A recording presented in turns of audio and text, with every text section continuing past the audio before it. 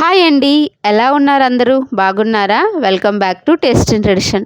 ఇప్పుడు పిల్లలందరికీ కూడా ఎగ్జామ్స్ టైం కదా, ఏది ఇచ్చినా సరే హెల్దీగానే ఇవ్వాలి. ఆ విధంగా ఇస్తేనే ఇమ్యూనిటీ బూస్టర్ కింద పనిచేస్తుంది, బ్రెయిన్ కూడా చురుగ్గా పనిచేస్తుంది. అందుకోసమే ఈరోజు మీ అందరికీ కూడా నేను క్యారెట్ డ్రై ఫ్రూట్ లడ్డు ఏ విధంగా రెడీ చేసుకోవాలో చూపిస్తాను. ఆలస్యం చేయకుండా స్టార్ట్ చేసేద్దాం.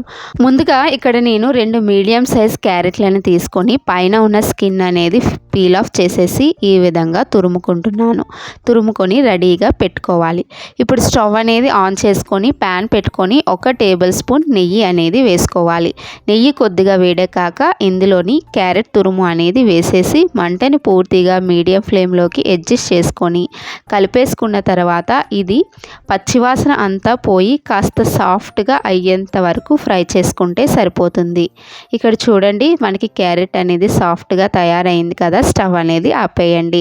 ఇప్పుడు మరొక ప్యాన్ స్టవ్ మీద పెట్టుకొని అందులో 1/2 కప్పు బాదం పప్పు, 1/2 కప్పు జీడిపప్పు, 1 టేబుల్ స్పూన్ గుమ్మడి గింజలు, 1 టేబుల్ స్పూన్ వాల్నట్స్ వేసుకొని అలాగే 2 టేబుల్ స్పూన్ వరకు పిస్తా గింజలు కూడా వేసేసుకొని కాస్త క్రంచీగా అయ్యేంత వరకు ఫ్రై చేసుకుంటే సరిపోతుంది. మరీ ఎక్కువగా ఫ్రై చేసుకోకండి. ఇవి కాస్త క్రిస్పీగా అయ్యాక స్టవ్ అనేది ఆఫ్ చేసేయండి. అలాగే ఒక 10 నుంచి 15 వరకు ఖర్జూరాలను తీసుకొని లోపల ఉన్న సీడ్ అనేది తీసేసి పక్కన పెట్టుకోండి. ఇప్పుడు మిక్సీ జార్ తీసుకొని అందులో మనం ఫ్రై చేసి పెట్టుకున్న డ్రై ఫ్రూట్స్ అలాగే ఖర్జూరాలను కూడా వేసేసుకున్న తర్వాత కాస్త కచ్చా బచ్చాగా గ్రైండ్ చేసుకోవాలి. చూడండి, ఈ విధంగా కాస్త కోర్స్గా బ్లెండ్ చేసుకున్నాం కదా. ఇప్పుడు ఇందులో ఫ్రై చేసి పెట్టుకున్న క్యారెట్ తురుమును కూడా వేసేసి మరలా ఒకసారి గ్రైండ్ చేయండి.